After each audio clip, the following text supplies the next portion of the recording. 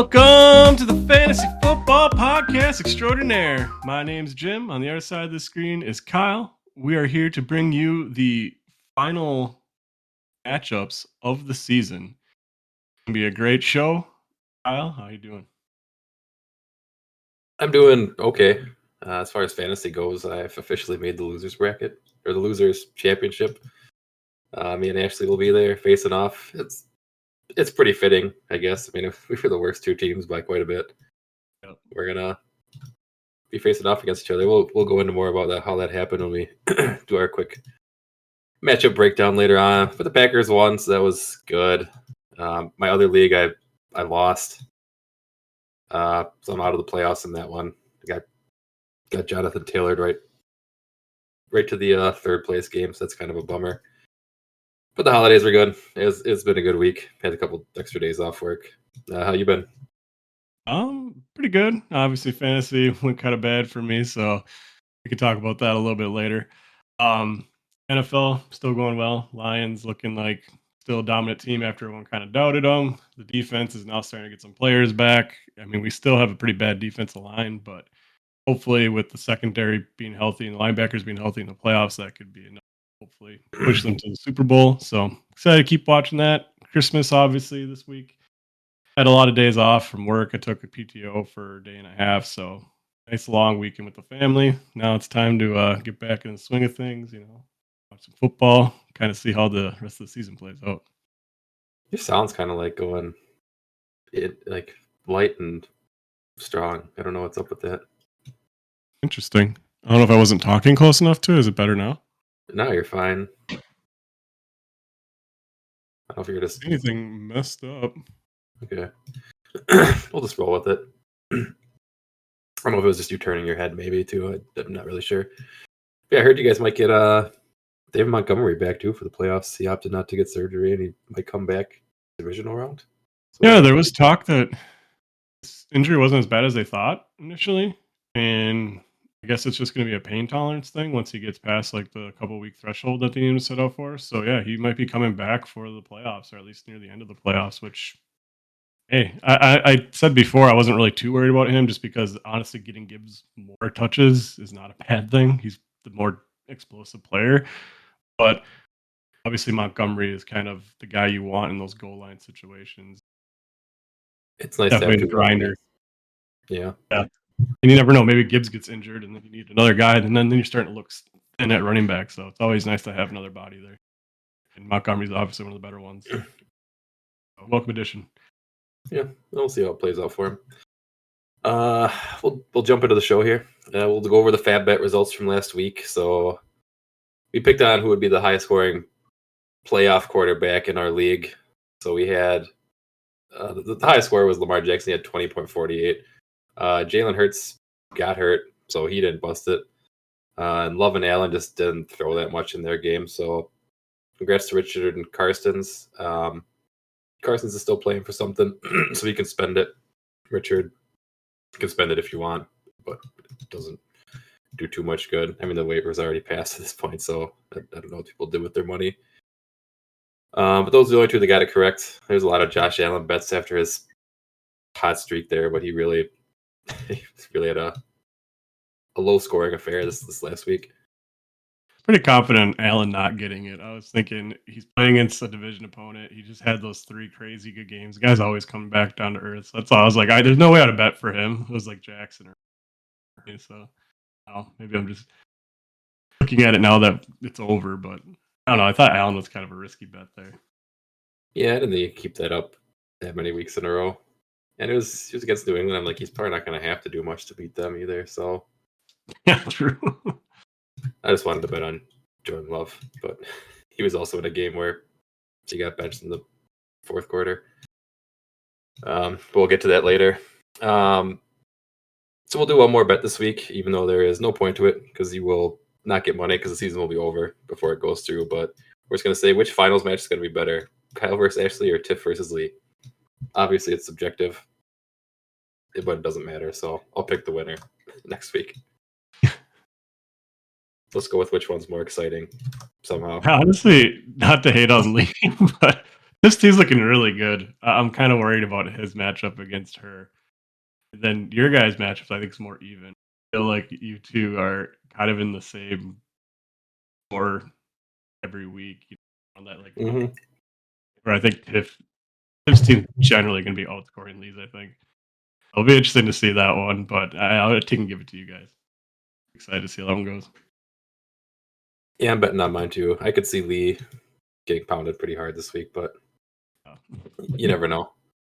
I This would have been is, worried without Hurts the way Tiff's team's been playing right now. Like I need almost everyone to beat her. She's been putting up like 150 every week last couple weeks. yeah. Then we had the Malort shot bet from last week. We bet on Caleb Williams, and 3.5 sacks was our over under. He only had two, and I'm pretty sure I took the under on this, right? Is that correct? Yeah, I Okay. don't think I love the bet, but we were just trying to find something fun. We just found Yeah. 3.5. I kind of figured the way the game played was exactly what was going to happen. The Lions are going to get up early, and then Williams was just going to be sitting back there throwing against kind of soft coverage, and that's what happened. So hard to get sacked a lot in those situations because the coverage is so light. Need more close games, I think, for have really high sack numbers. But anyway, I got my authentic Pistons Phoenix Suns shot glass. Yeah. I think my aunt gave this to me. 90s Barkley days. Hmm. The glory days. They were my favorite team as a kid. I like the Pistons, but started out as the Suns fan. Cheers. That was worse than normal. Oh man. Sometimes I take it, it's like, this is nothing.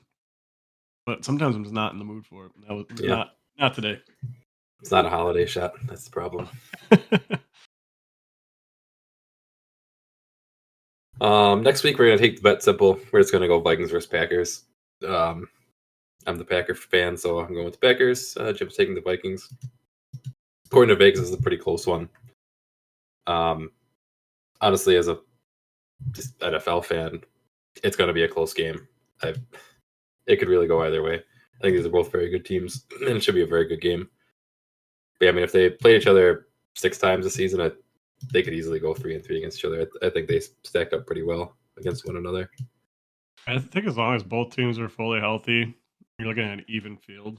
It's hard to pick one or the other. We talked about it a couple weeks ago where it's like the Vikings maybe don't have the upside the Packers do, but I think they're more steady week to week. Where the Packers are like more high variance, but I think their upside is to be a better team than the Vikings. Owen just kind of shows that. So that's what makes it really exciting between your two teams because if Love's on, you guys probably don't lose. I mean, you were close to beating him last time, right? And I think Love played poorly in the beginning. Then when he started turning it on, he almost won the game.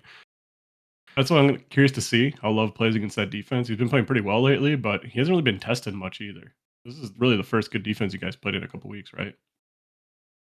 Yeah, I mean, we played. Yeah, no, definitely. And I don't think he's going to have to play good in this game. I don't think we can just dominate with Jacobs like we have been a lot lately because the Vikings have a very good run defense. I think Jordan Love's going to have to throw. Oh yeah. So it kind of sucks. It sounds like Christian Watson's not playing this week. Jair is also not playing this week, so we got to take care of those two.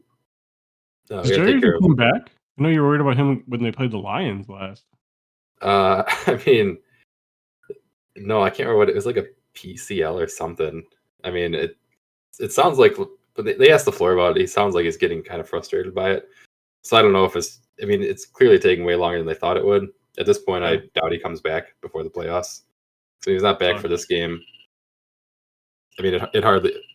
We're fighting for the 6th and 7th seed. What the fuck's the difference, honestly? They're mhm. going to be going up against hard teams. Yeah, you just need to stay healthy at this point. You're not getting a bye, Yeah, so your number one goal should be health. yeah. Well, you're not getting the bye or home fields Right. games, so those are both out the window practically already. So that might be part of it too. But it sounds like Watson's injury wasn't too bad, so it sounds like he'll miss this week, but he should be back pretty quickly. Normally, when he goes down, he misses a month, and he's been pretty good this year. So it'll be good to have him playing if we're in the playoffs. But yeah, I'm looking forward to that matchup, and that'll be our bet for next week. So I guess we're doing a show next week, right? Yeah, Yeah, I we'll go think we over should just the keep it one all the way line. till the So, Super Bowl, just have fun with it. yes, yeah, okay. Recap Um, the game. yeah, so we'll go over the Week 11 highlights, NFL wise. I really only put one down here because it's really the only one that matters to the NFC North, and it was that the Commanders beat the Eagles this last week. It was a pretty crazy game. Jalen Hurts got injured pretty early. I think it's kind of what allowed the Commanders to win, but the Commanders were down by two scores twice in this game, two separate times, and they managed to come back both times and then wind up getting the win. So it's a big difference, mostly for the Vikings or Lions. It doesn't matter too much to the Packers, but it opens up that number one spot in the bye. Now those guys are actually basically playing for the bye as long as they don't fuck up and lose out.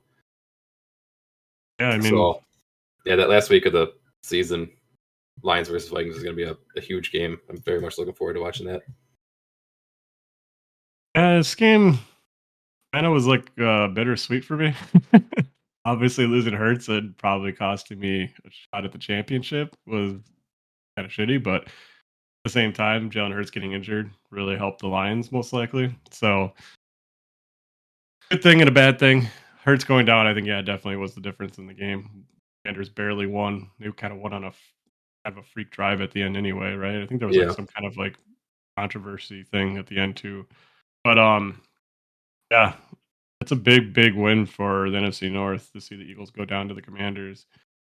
We I felt the Eagles healthy are just as good as the Lions healthy, and at this point, they're more healthy than the Lions. So that to me is the scariest team in the playoffs out of Detroit in the NFC at least. yeah. I mean, as long as Hurts come back, I mean, he had a concussion. Sounds like he might not play this week either. So Yeah, I think I he's going to be mean, out this week. I think it's already been yeah. ruled out. But I guess 1 week's kind of normal for a concussion. Hopefully he's back. Because I mean, that's a huge difference for that team. Because when he's in, third and ones, fourth and ones, they don't matter to him. They pick it up every single time. When he's out, they don't have that in their pocket. It's it's a gigantic difference when in a game of inches like football is. Pickett just wasn't that great in his, fill in for him. He just doesn't have the rushing upside. He's not as good of a passer. So maybe he can keep the team afloat for a week or two, but he's definitely a detriment to that team. So Oh yeah, they don't really want him to start in our game, I don't think. But the nice thing is they'll have a week to prep him, which always helps. Be interesting to yeah. see if they can win with him. I don't know who they're playing. I think they're playing like the Giants or something, right? They had the end of the season was all their divisional matches. So they had Washington, they had the Cowboys, and they had the Giants. But I don't know what order it is. So it's either the Cowboys or the Giants. Yeah, but either way, those are the last two games. So I mean, Yeah, those teams can beat them if they don't have Hurts. I think with the Hurts Giants in, can't. No yeah, way. The I Giants don't think couldn't so. beat them. All right, No, all I don't right. think so. Man, the Giants are terrible. I don't think the Cowboys can either. It sounds like CeeDee Lamb's sitting down the rest of the season now too. I saw that. He's had his fucked up shoulder, and which I don't understand why he didn't sit 2 weeks ago if that was the case because they've been out of the playoffs. I think last week Those they were guys, already they out of just the keep playoffs. going, and then if it doesn't get better, then I think they just call it. But if they Yeah, build up, then they're like, okay, I'll keep going. yeah. I mean, I get it. Yeah, they mostly want to play. Sometimes the team has to tell them, you're like, you can't play anymore. But I mean, I get it for fans too. They come to watch the players, not to play and try to win, not just roll out their second string and phone it in. But yeah, that's the only NFL thing I noted this week. 'Cause really wasn't much else worth noting that relates to the NFC North. Speaking of which, let's jump into that NFC North. The Bears still suck. The Bears still suck. So first matchup, we had Lions versus Bears. Lions, they won pretty easily, 34-17. Jared Goff threw for 336 yards, 3 touchdowns. Caleb Williams actually looked pretty good too. He threw for 334 yards and 2 touchdowns. Granted, it was mostly just prevent defense in the second half. They were down big in this game early on. It's kind of been the Bears story. They do a little bit in the second half after they get their asses up from the first half. But yeah, Caleb Williams, he had continued his no interception streak, which was going since like October, I believe. He did fumble one in this game. He had a biffed handoff early on, gave the ball back to Detroit. Adunze coupled that up with a fumble of his own after a actually pretty good catch and run. He just went down the wrong way and turned it over. So yeah, the Bears had 2 turnovers in the first quarter. It was The actually Lions, Dunsley's second turnover. He had 2, and he had fumbled twice. yeah, I think one of them was like the pitch from Caleb though. Is Was like it? I don't know who they credited it to. They might have given them both to him. It might have been. I can't remember exactly, but yeah, he might be right. But yeah, I know he had 2 of them, I thought, but it could have been, yeah, attributed to Caleb. Maybe that's what it was. But yeah, I mean, 2 turnovers in the first quarter. They hand the Lions a touchdown and a field goal. The game was basically over after that. Bears were down 27-7 at one point in the second half. So they kind of made a decent comeback, but I mean, I don't think the Lions were ever going to allow them to come close.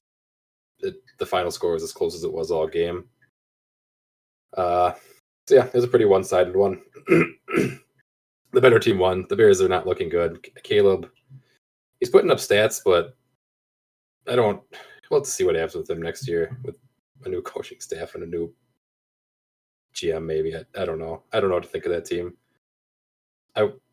People were real high on him this year. I said I wanted to see it to believe it, and I haven't seen enough. Like he has a couple of good stats, and he makes a lot of good throws with just so many sacks. And sometimes you can blame the O-line because it is bad, but sometimes you got to just make a decision and chuck it.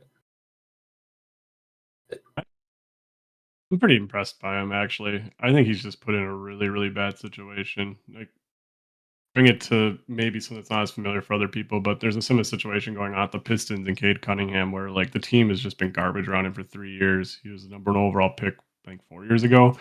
He got injured for the year on his second season, and now this year everyone's like, "Whoa, this guy is like almost an MVP talent." And it's like, well, if you just paid attention for the last couple of years, you saw how good he was. It's just it's hard to perform when everyone else around you sucks. You get like 3v1 or 4v1 in a 5v5 game of basketball because people could cheat up on him, and when he went to the paint because like no one else could shoot.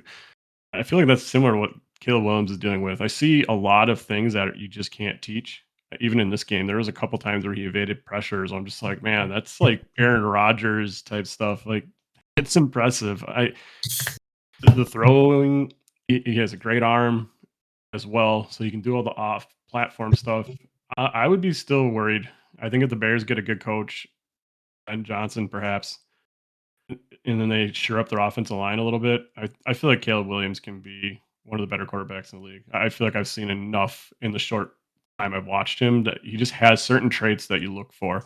I don't really care how he played over the season. I don't even care if he has more picks and touchdowns. I don't even know what his stats are overall. I just go off of what I've seen, and he's been pretty impressive.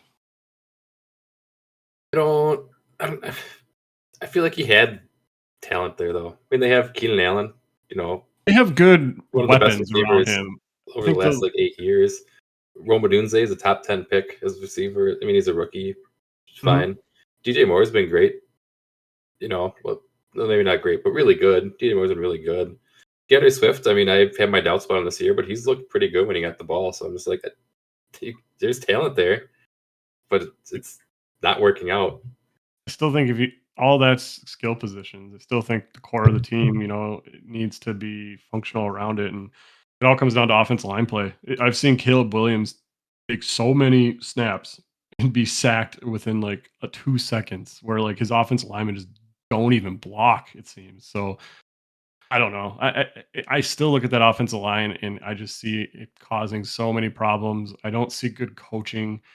There's just enough things that when I look at Caleb Williams from some small sample size, and maybe I'm just looking at those certain plays, I just see like not Patrick Mahomes good, but I see enough to be like, okay, I can see where he gets close to that. He just needs more semblance of like structure around him. And again, I think if you get someone like Ben Johnson over there, I would be very afraid of Caleb Williams and the Bears over two. I think they could easily turn it around. I think they have a lot of talent. You think you'd want to go there? I can't imagine a coach wanting to go there anymore after just seeing this shit show for so long. I think if he trusts Caleb Williams, like if he thinks, okay, let's say he has a professional opinion of Caleb Williams that's, as positive as mine is, even after all the failure, I could see him wanting to go there just because you can probably go in and be like, I want full control. Their general manager is already kind of on the hot seat. So you could probably push it in a way where it's like, I want more control over this and this, and maybe he can get some of the things he actually wants. Because that's a lot of it too. It's like organization. What are they willing to give up control wise to the coach? Because some coaches want more. Maybe Ben doesn't want that, but maybe that's his way of thinking. Like, okay, if I go to this team with this ownership, I need to have this much security in what I can do. I don't know. I'm just kind of throwing things out there because obviously Ben Johnson's maybe a rare situation just because he doesn't really necessarily want to leave Detroit. And there's already been some like jokes by him in the media that suggests he's not planning on leaving already. So it might even be moot for that. But regardless, find some good offensive minded coach. Honestly, I think they need someone kind of like in the Dan Campbell mode, someone that's offensive focused, but also a really good motivator. And I could see that being what could take them from as a bottom feeder to maybe turn around in a year or two and be as impressive as someone like the Lions have been. Just because I think that those are the two things that seem to really that they struggle at the moment. Yeah, we'll see what they do. I did have one other note for this game. The Lions did one of their fancy trick plays in this one. I'm sure you like. I enjoyed it. It was a cool play. But Goff kind of took the snap. He pretended to drop it, and then threw it downfield to a wide open Sam Laporta. It's a cool play. I heard. Yeah, apparently this was inspired by Jordan Love when he actually dropped the ball, scooped it up, and then found Tucker Kraft wide open down the left sideline for a touchdown. So you're welcome for the inspiration there. I mean, that's the Ben Johnson experience. I mean, the guy is always crafting up the next crazy play. And the media right now is getting worried about it and being like, oh, are you showing off too many trick plays and doing all this? And they're just like, the well runs deep. Like, don't worry, we have more than enough. So I think that's just what they do for fun is just dream up these trick plays. And they always have like one or two prep for every game, it seems. And that was probably the coolest one when I found out it was inspired by that Love play. Because even when I saw it live, I kind of thought, I'm like, that looks just like that Love and then touchdown. I was like, okay. Then they come out and say it. I remember watching that play, and it seemed eerie similar to me because he almost fell. And I didn't know at the time it was a fake. And then when I found all that out, I was just like, man, that is some genius level stuff. And that's probably why everyone wants him to be their head coach next year. I mean, that one might have been specifically targeted for the Bears. Like, oh, they'll bite on this. We know they will. We've seen them do it before. That's kind of what Campbell said about it. He's like, we have so many of these type of plays based on opponent. Like, yeah, they probably saw something with their linebackers where they cheated up. And they're like, oh, if we can just fake that, they're just gonna, the way they react, they know exactly what happened. The same thing again. They reacted by running up to try to go and grab what they think is a, maybe live ball, and then, whoops, tight end is still just running straight down the field. Yeah, I think one guy turned around at him, but it was way too fucking late. He was gone. You could see how bad the linebackers bid on it. Like they clearly just knew the linebackers would bite on that again, and it was almost. They had it side by side in the Lions subreddit where they had the Packer play and the Lions play and how close it was. It was almost like the exact same play with the fumble or like, the trip up from both of them. Like they didn't even like change up really the routes or anything. It was just like, yeah, we know this works. We'll just do it again, but this time we'll just fake it. Yeah, it was cool. I like watching that kind of stuff. I like the Lions keep doing it too. It is entertaining to watch as a football fan. I'm surprised more teams aren't adopting it, like just being more aggressive with those type of play calls. Is it just because they're just too conservative? Maybe that's it. But honestly, it seems to give the Lions an edge. I can't imagine playing against them every week being like, man, when is that play going to come? Like they're doing 2 every game. Most teams do like 1 every 3 games. So like the rate that they're doing these crazy trick plays is just so high that it's got to be tough to play defense against that team. I would hate to. Yeah, just like random shit too. Like, oh, there goes your left tackle going down for reception. It's like, okay, I guess we got to keep an eye on him. And that's really what it is. It's just everything. Yeah. There's so many crazy plays. That play with Sewell when they had him go for the quarterback, it was like almost open. Like it was, I think the safety followed the receiver, but like the safety could have made a choice and that would have been wide open, just like the Laporta play. That guy just played it right. Who in the world is going to understand like, oh, there's a tackle with the football. What are you going to do? Like, I don't know. That's fun. It's easier to do when you're whooping a team's ass too. You don't have to like, if this goes wrong, that's okay. This game's already over anyways. Like that line that you guys had already beaten the Bears at that point. it didn't really matter if that went That's the completely awry. that's the thing though, is they do it at all points of the game. Even you saw us be aggressive True. against Packers, and we also had a fake punt against the Chiefs last year. Like no one expected that. It was like in the same position where we went for it against the Packers. We did a fake punt.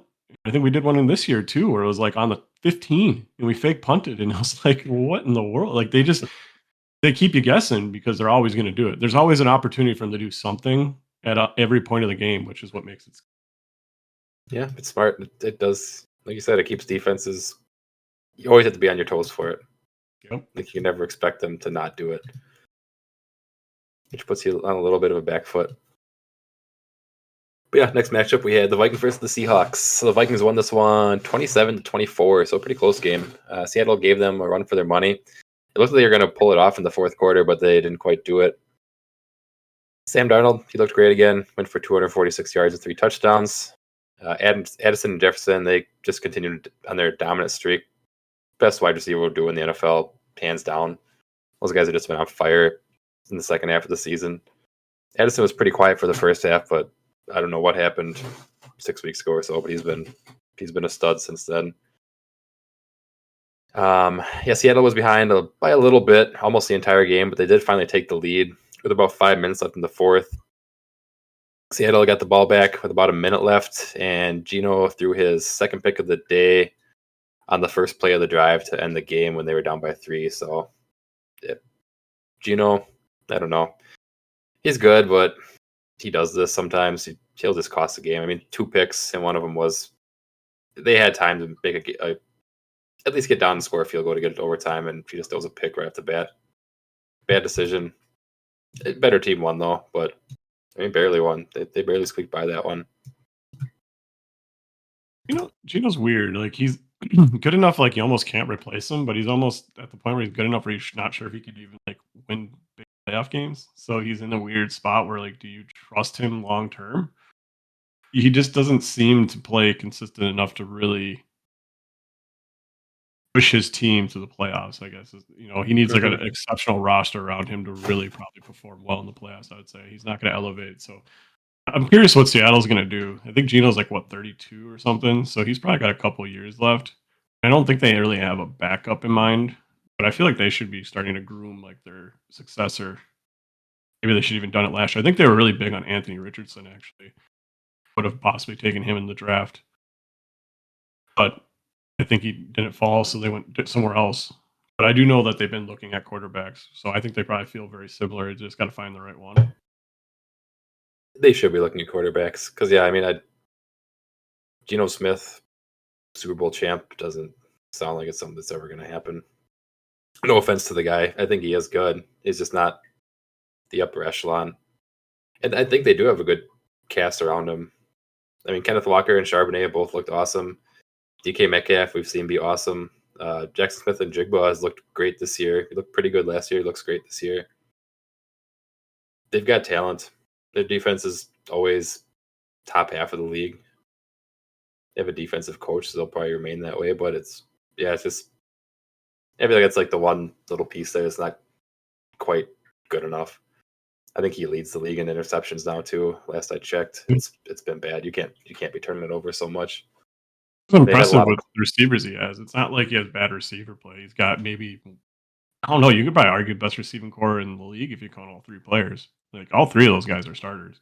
Yeah, I couldn't think of the third one's name. He's been around for Tyler Lockett. Yeah, he's good too. He's getting older, but he's still really good. Yeah, maybe some other people have better 2 receivers, but I can't, off the top of my head, think of a team of 3 better starting receivers. Mm-hmm. Yeah, that's about all I had to say for that matchup. Next one, we had the Packers. They beat the Saints 34-0. So the Packers scored 30-plus for the 5th week in a row and 5 out of 6 times since the bye. That's not even the highlight of this game. The highlight is we shut them out. First shutout all year for the NFL. So props to the Packers. Not saying we were playing against the best opponent in the world, but shutouts are still pretty good. They're not easy to come by. It's usually 1, maybe 2 in an entire season. So it's nice to have one in your belt. But the Saints were, I mean, they're not a good team, and man, their offense just has no starters left. Taysom Hill is gone. Alvin Kamara gone. Derek Carr is gone. Olave is out. Their other receiver is out. It's rough for them. Yeah, They're completely injured. Injury riddled. Yeah, it can't get much worse than what they had. But I mean, that being said, their defense has still been doing all right over the last several weeks. I think they hadn't allowed a team to score over 20 for like 4 weeks, and the Packers laid 30 on them. So I'll take that. Love didn't do much. Only got 182 yards and 1 touchdown, but he did sit out most of the fourth quarter, half of the fourth quarter. I think he missed the final drive. Was about it. But Packers were kind of up by a bunch. Yeah, Jordan Love, he also threw the ball into the ground several times this game, which I appreciate. You know, you're winning. Don't do something stupid. Don't take a risky throw. Throw the ball away when you got to. I'm glad to keep Love from throwing interceptions as much as possible. Josh Jacobs, he was awesome again this game, but he only played half of it, not even the full half. I mean, if he got us up to our early lead, he kind of controlled the clock. He marches down the field like he has been, but they sat him down, didn't play him in the second half. Our other 2 running backs kind of came in, and they actually did pretty well in his absence, but it was overall a great game. Good to see the Packers keep scoring a lot of points, and it's a shutout. That's just cool. It's always cool to get a shutout. I was very pleased with this win, even though a very bad team. Definitely a opponent downgrade, but I feel like the one mistake they made was not benching Jordan Love a drive earlier. Kind of bitter about that. It's very malpractice of the floor. So tried his best, but yeah. As far as the game goes, playing against a beat up team, you did what you're supposed to. Whoop them 34-0. I mean, like you said, their offense is just scrambling to find players. Rattler might not even be like an NFL level player at this point. He looks bad, so he can kind of run, but yeah, passing is. Yeah, he's got a little athleticism. He was actually the guy that they thought could be like the next Patrick Mahomes. He had a very similar makeup, like play style, but he just never has put it all together. Can do some crazy things at times, but just doesn't seem to have it between the ears. And yeah, it's hard to win with that quarterback with a good roster around him, with a poor roster. Yeah, the Packers defense just did what it's supposed to do, cut him out, and just rely on Josh Jacobs. That seems to be the game plan right now, especially against these lesser opponents. Just let Jacobs kind of kill the early part of the game by holding the ball a bunch and just have long extended drives, and then defense is just suffocating opponents. Even good opponents they're playing well against. So I think you just keep riding that. Don't let Love really push anything. Just kind of have like the rhythm throws, so he just kind of gets into the swing of things. So then when you do have to go into a game where he needs to throw, he's ready to go, and hopefully he can make those game changing throws that he's known for doing. Yeah, Packers have been doing something interesting too the last at least since the bye. When they win the coin toss, they opt to take the ball every time now. Yeah, they take the ball and they just give it to Jacobs a shitload. And it's like, we're just going to start this game with assertiveness here. I think that's probably because how much they respect their defense and how much they think they're solid there. It makes sense because if you feel like you have a good defense, you start out with a good lead, and you get to kind of dictate how the defense plays a little more. Mm-hmm. Maybe that's what they are trying to go for. Quick leads, then rely on the defense to shut out the game. Well, it's not even a quick lead either. We tend to march down. It's always the Josh Jacobs show. The first drive is like we take up a lot of clock and go down the field and just get a touchdown and be like, all right, there you go. Half the quarter's done. We got the lead. See what you want to do. Worth doing. I mean, if they can't stop the run, it really shows how you can set the game to like sets the tone of the game. So that makes everything else easier around your team. Love is really liking if Jacobs just can run down the field for like 5 runs for 60 yards or something crazy to score on the first drive. Like that's such a huge sign of how you're going to play the game. Yeah, that man needs to stay healthy. So I'm glad we rested him. Just let the man have a half game off. Florida's really good about that. I think more than most coaches. I see like Jacobs getting benched or like, rested about halfway through some games that are even relatively close still. It's like they kind of realize that they're, he's buttering their bread right now. So do everything you can to keep him healthy. He's just he's incredible. I've always liked him. He's even better this year than I thought. Yeah, I wanted to I got some Christmas money and I was gonna buy a Josh Jacobs jersey, but they're all sold out. Everywhere I looked. Really? I'm like, God damn it, that gotta make sense. So he's been awesome. He's got to be a fan favorite at this point. I think he is supposed to Oh be a yeah. guy that's good for the community too. So he doesn't have like any real negatives about him. So he's easy to cheer for, being the new guy, and it's always exciting to get that like big free agent. And the ones that really do seem to make the most sense, like fanfare wise, are like the running backs because they're generally bigger names. You know, like the ones this year that all changed. So it's like you get this guy who was kind of like a star in our team. So it's easy to right away adopt him as like your own player and be like, oh, we're so excited for him. So I'm sure all that plays into it. I'm not surprised at all that his jerseys are hard to find at this point. So we'll see. Maybe next year they'll restock him a little bit. So I think it was like a 3-year contract. We might have to renegotiate the last year. I think the last year was He's kind kind of of old though. Like he might be kind true. of done by the end of that True. contract. But you know, the Lions did give Montgomery another year because they thought, you know, they got a good deal with him. They might do 26. something like He'd be that. 29. Honestly, I could see him giving him another year. Yeah, To be I like, think hey, you that. can retire a Packer. Yeah, I think the last year was like kind of we could just walk away from this and not give a shit kind of contract. It was like you'll get your money your first 2 years. The third year, it's only going to cost us $2 million if we decide to move on. If in case you suck, but he's been great, so they might restructure that last bit of it. That's literally the contract they gave Montgomery. I'm sure it's just a little higher number. That was how it was Yeah. structured. It was 3 years, but it was basically a 2-year contract. Then the Lions basically gave him a third year. Now the fourth year is kind of like the write-off year. Hmm. I would like to see him do that. I think he's deserving of it. He's proven to be kind of like the thing that really keeping the offense afloat this season, even when Love's maybe had some down games. So I just he's too valuable to that team. I don't think you guys are nowhere near as successful with even Jones. I think he's just a better all-around player. He fits like how you want to play football more than Jones. Jones is like that explosive guy. You kind of need another running back with him. Jacobs just can be everything. He might not do everything as good as Jones, but overall, he's harder to defend because you don't know what's coming from him. Jones was hurt a lot last year too. I mean, that's the part other of the thing, reason yeah. they let him go. Because honestly, when Packers got hot at the end of the year, you know, it was Toyotathon, it was Love tearing it up. But it was like that's when Jones came back. It was the same time. We Right. rode him, and we were hot into the playoffs because we had a really good running back. And I'm surprised that's not mentioned more because yeah, it was Jones came back and like the team just took yeah, off. I remember that last year. It was he like a got hurt huge in like talking week point. 2, and he came back in like week 7 or something like that. And then that's Yeah. kind of when Packers got hot. Was at the same time. But you couldn't rely on him as like a snap to snap player like you can Jacobs. And I think that's No, probably no, what not at you all. know, that's just concerning. I mean, hard. You know, you need to have two good running backs like the Lions have. You're gonna have a guy like Jones. Almost. So it's like you're wasting more money overall. Regardless, Packers made the right decision. Jacobs looks great, you know, and Jones isn't really that upset either. He's looking good in Minnesota. Yeah, he can't be upset. He's going to the playoffs again on a new team this year. Have a win-win really for all Yeah. players and teams involved. Yep, Jones got a little bit more money. I'm sure he's still having fun. Yeah, we'll jump into the old fab spending section. This will be the last one. So we didn't have much this last week. Oh no, there will be one more, I guess. We'll see. Technically, you can have some waiver claims in for the end of the week. Yeah.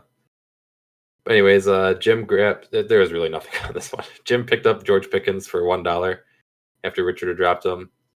He was injured, missed a couple weeks. It was a good pickup. I pay attention to who Richard drops everybody next year. I mean, he drafts some talented players. You didn't get to use them because he didn't play last week when you had your matchup. Yep. He was back this week. I mean, he's been really good though, and he was gonna. It sounded like he was gonna be back for the finals week, so it was a very good pickup by you, especially for $1. I was trying to get him for most of the year before even Wilson came back. I was trying to buy him, you know, pennies on the dollar, but I was, you know, offering him things. I think at one point I offered him Bucky Irving. I think after one of Pickens' good games, and Bucky was kind of still like good game every now and then, but he wasn't doing consistently. So I can understand why he turned it down. I think that was after Wilson's first good game. But yeah, I saw him dropped it. I'm like, he might still play next week. I might need a receiver. And honestly, if I was still in the playoffs, there's a good chance I would have started him. I would have been pretty confident starting Wilson or Pickens with Wilson as his quarterback against any. Talent wise, one of the most talented receivers in the league. He's just a knucklehead. I don't like him as a person. He seems like a complete I don't know.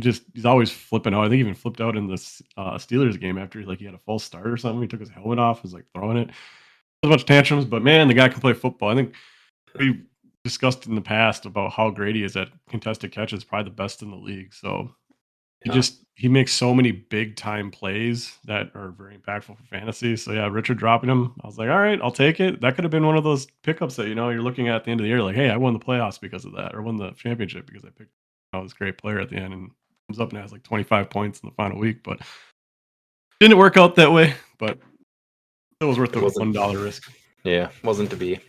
It's not like you dropped a starter for him to get him. It was just Finally dropped $1. Kyle Pitts, I think. He finally That's the he drop. removed himself from my roster Yeah. after all the pain. Man, that reminds me of there's another tight end I did that with where I just never gave up on the Saints. Terrible. He had like one good year, and then I could not drop him for like 2 years. I just kept trying to pick him up every year, and that's Pitts. I don't know who that was.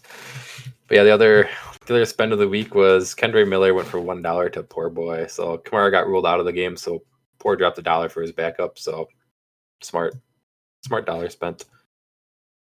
And no trades. So we'll jump into the injuries. Ah! Ah! Ah!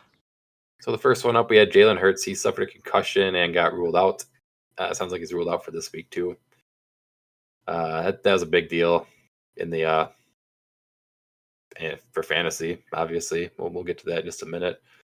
CeeDee Lamb, he re-aggravated his shoulder injury, so he played with a shoulder injury. Even though they're out of the playoffs, he re-aggravated it. Sounds like he's been ruled out for the rest of the season now too. I mean, it sounds like he could play, but the team shut him down. They're not allowing him to play anymore because he's very highly paid, and I'm sure they want him healthy for next season since the season's already sunk. James Conner, he suffered a bone bruise and possible PCL sprain. I didn't see an update on this one, but James Conner is on Tiff's team, so this one actually matters quite a bit for our league. I don't know if he's going to play, but Tiff should keep an eye on that because James Conner has been on fire for the last. I think he only played like the first. It was early in the second half, and the dude already had like 25 points. The dude's been on fire this year. That's a huge loss for Same Tiff's thing team. last year too, didn't he? Wasn't he like kind of slow, and then by the end of the year, he was just putting up some crazy Yeah. games. Yeah, it did have. Was it last? Maybe this might have been last year. It was last year he was on the Cardinals because I think people were kind of writing him off because he was no. He's been on the Cardinals for a while now. He was like injured or something in the beginning of the year, and then he came back. I just know people like wrote him off, like he wasn't going to be anything, and then like Could have been. 5-6 games of the season, 80 points, just like he did this year, is just like 20 points every game. Connor is way better than Josh people Jacobs. give him credit for. Yeah, he's been incredible, honestly, his whole career. But just nothing super flat. I don't know why he doesn't get the credit. He's been awesome. He's not exciting. He's like Josh Jacobs, but less athletic. Like he can do a little bit of everything. He's a bigger bruiser. He can just take in.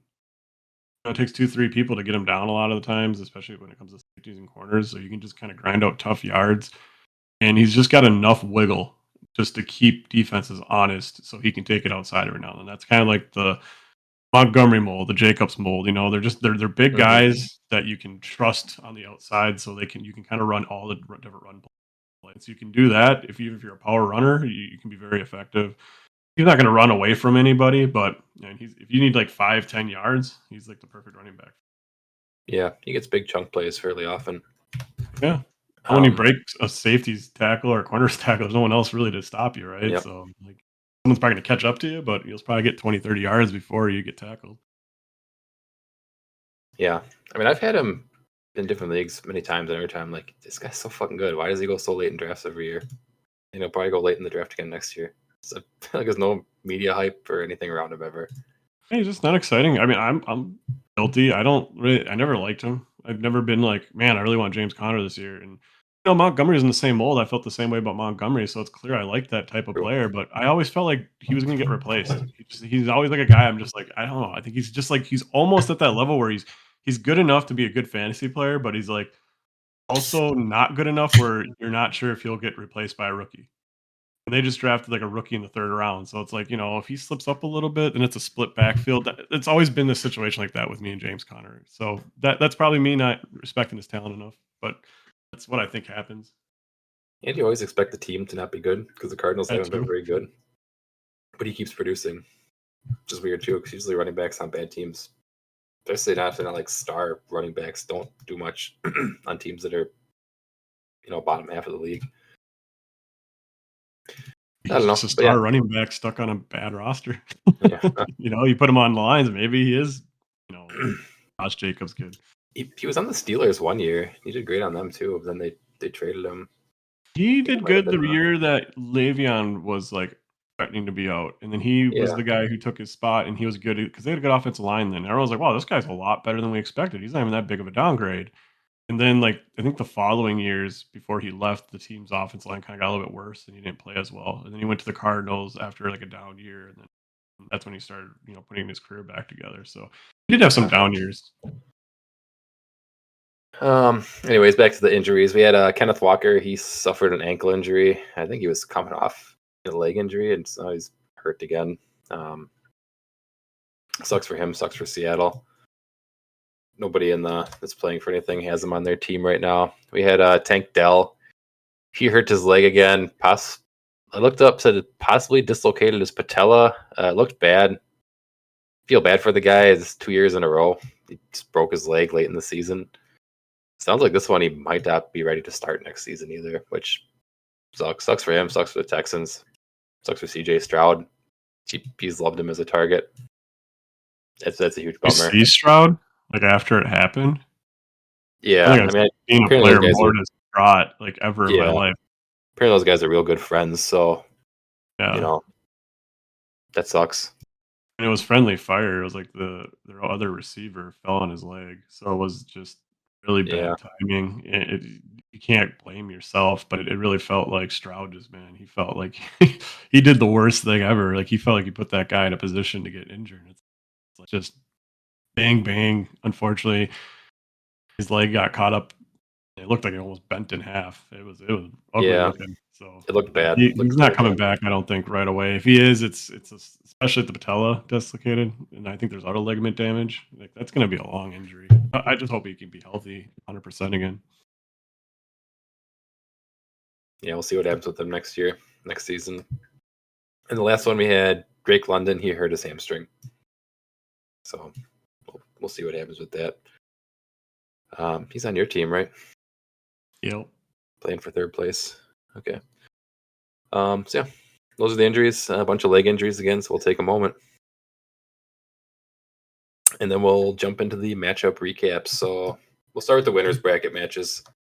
So we had Tiff versus Karsten. So Tiff wins this one 138.16 to 106.8.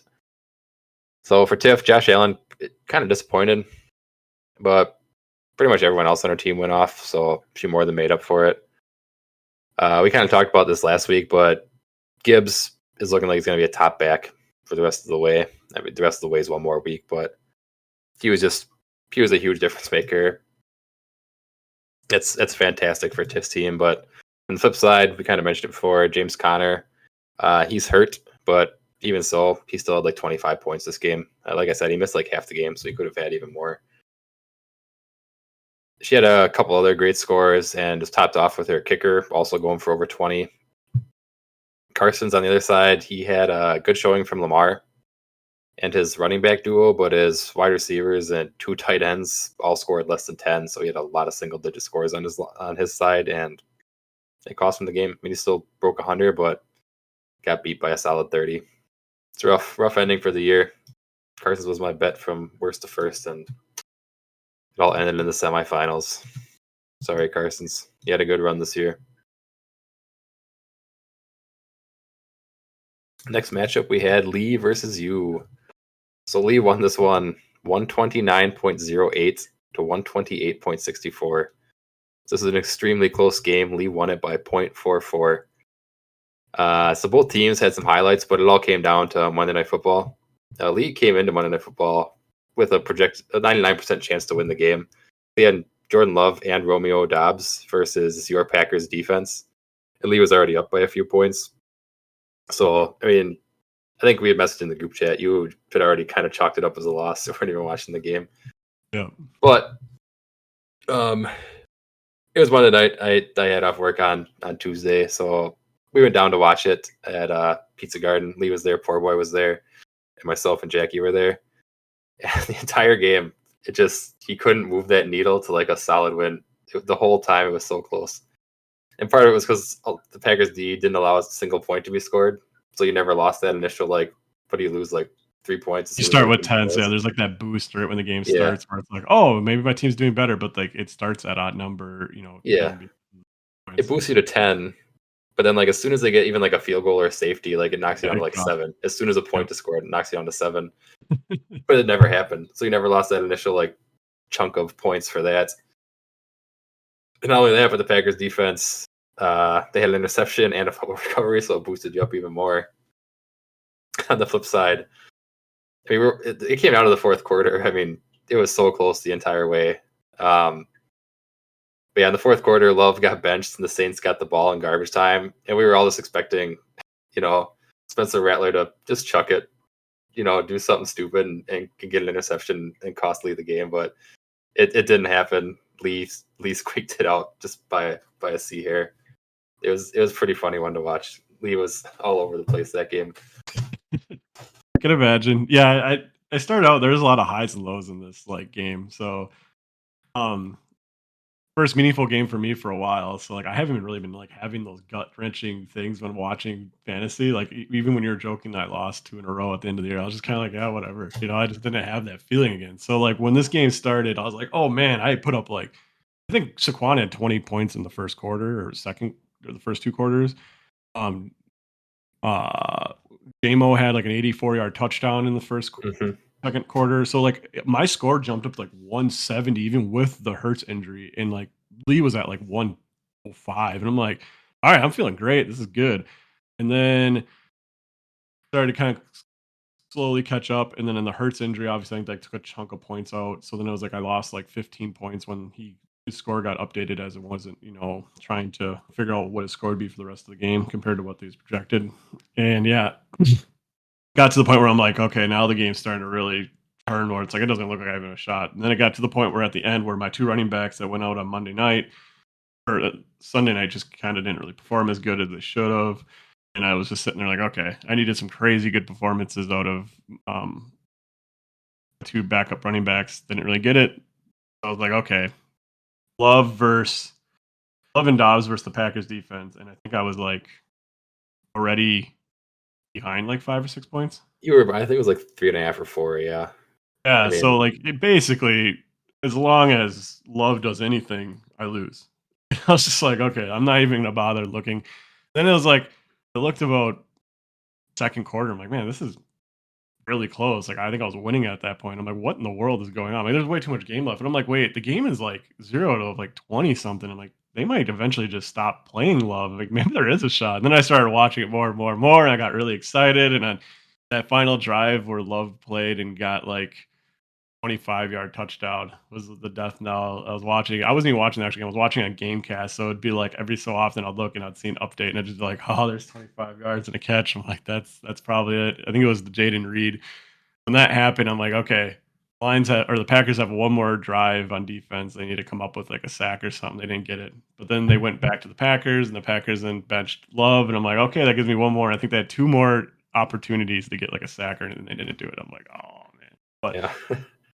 Regardless, this is for everybody. This isn't a podcast for me. I think it's really cool that Lee got to make it to the finals. I don't know if Tiff's ever been to the finals before. She's had some good teams over the years, but it was really cool seeing Carson get a shot, Tiff make the finals, Lee make the finals after an 0-4 and start.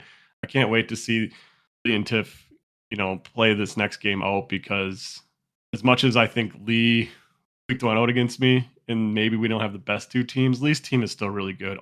We said the 4 best teams were left. Lee's team has the ability to beat Tiff. It won't take too much. His team has a couple players that can go off. I think Chan has been putting up 25 points a game. Adams, him and Rodgers might just try to set some records in the last 2 weeks, good or bad. So maybe there's a chance for him to really upset Tiff. But right now, I think Tiff is sitting pretty. I just looked at Connor. he is going to be most likely playing. Tiff is Okay. coming in with a full roster. Her team is hot. I always said how Kelsey was going to be good at the end of the year. He's starting to show that. I think that's, they kind of were waiting for him near the end of the year to get back into shape and really use him because he's like 36 or something. I don't think they want to push him No. too much early in the season. But yeah, there's two really good teams to play against each other. Be a fun game. I know we talked about it earlier, but good luck to Lee. Good luck to Tiff. We'll see if we can add a new name to the trophy. 'Cause I don't think either of you have a name on there. And it's always cool to enshrine it to somebody else for a year. So that's the winners bracket. We got the final match will be Lee versus Tiff, and yeah, I'm very much looking forward to it. It should be a good matchup. Then we'll jump into the losers bracket, the opposite side of the spectrum. So we had Jackie versus Ashley. Jackie wins this one 158.96 to 114.12. So Jackie's team scores way higher than any of the playoff teams and just absolutely crushes Ashley and pushes her to the losers bracket. Jackie was led by Jonathan Taylor. He scored 39.8 with 218 rushing yards and 3 touchdowns. So I guess he's making up for last week when he just dropped the ball on the 1 yard line instead of running in for a touchdown. Should have known it was going to happen. He had something to prove this week. Make up for a pretty stupid mistake that he made last week. Yeah. So Ashley's out, or Jackie's out of the losers bracket. Ashley's into the final showdown. On Ashley's side of the ball, she just had Baker and Bijan. They had pretty good showings, but that was about it. Most of the rest of her team scored under 10, so not much highlights on her side of the ball.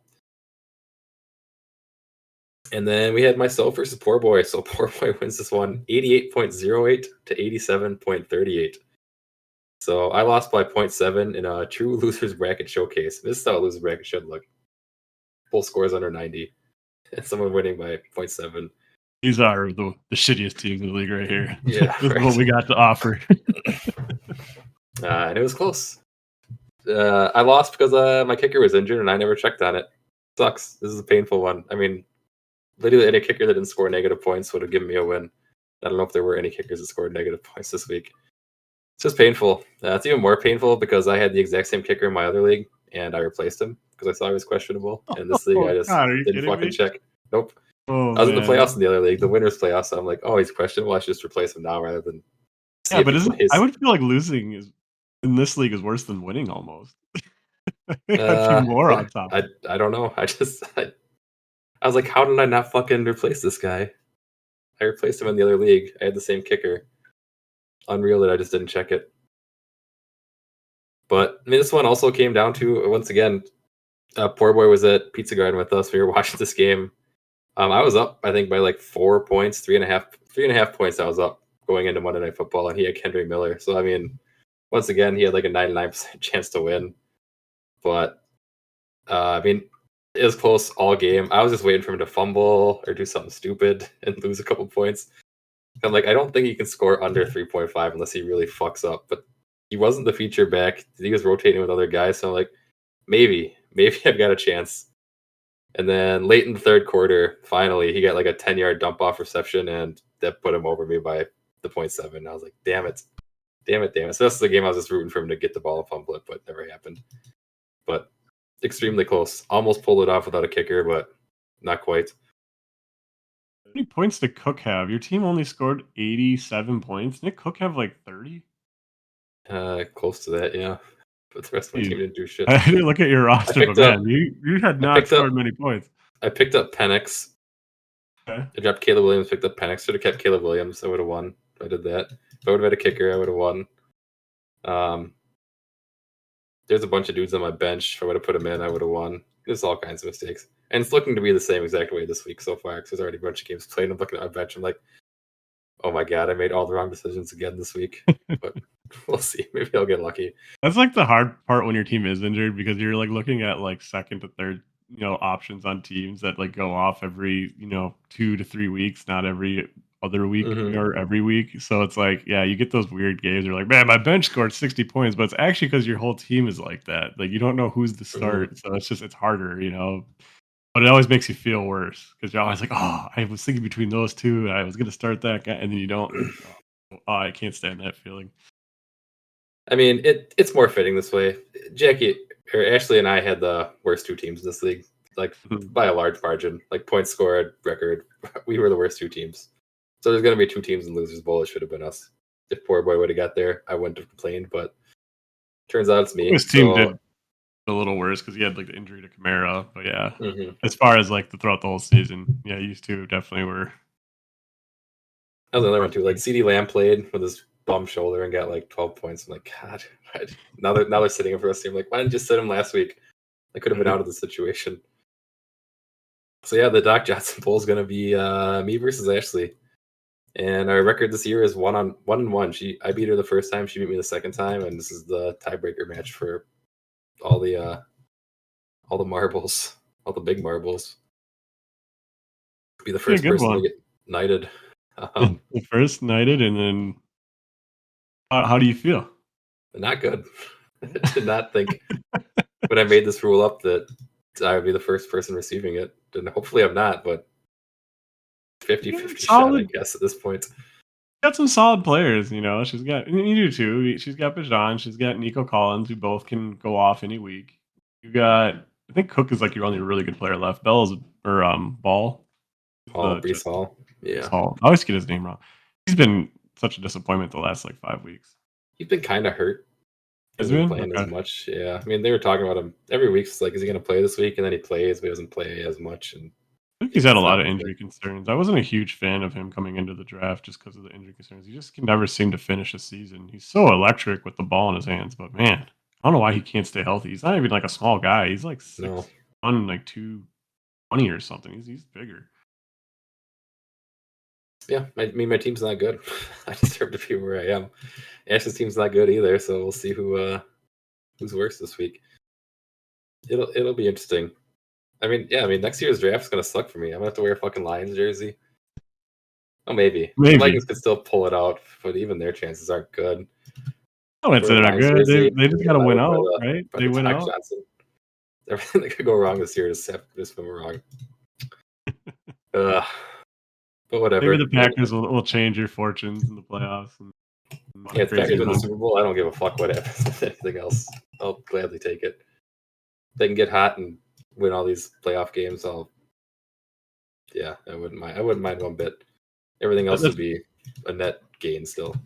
That's what's helped me cope with losing is like, you know what, the Lions are so good that like the fantasy football side of it is just like, yeah, that was a good run. I had a really fun year with the team doing so well in the beginning. Going on that crazy win streak. I've never done that before. So it was a good time, but yeah, it's it's almost time for just real football. We only have one more week of these fantasy football things left. I'm ready for the real playoffs. I can't wait. Yeah. I am too. Very much looking forward to it. It's going to be a bloodbath. North is the whole NFC. It's just like, man, Packers, Lions, Eagles, Vikings. Even Tampa is not a bad team. I mean, Tampa might not make it in. Falcons are currently the top of that division. I feel like I'd rather see Falcons. Tampa's better. Yeah, I think Tampa's better. But yeah, you're right. They do have the division right. We'll send her off. Good luck to Tiff and Lee. And that's it. And Ashley, you suck. Hope you lose. And get knighted next year. And we'll end it as we always do with the Jameis Winston quote of the week. Bye, everybody. The horse is prepared for battle, but victory comes from the Lord. So I'm dependent on the Lord. Is that the message to the team? Day by day, one play at a time. That's the message.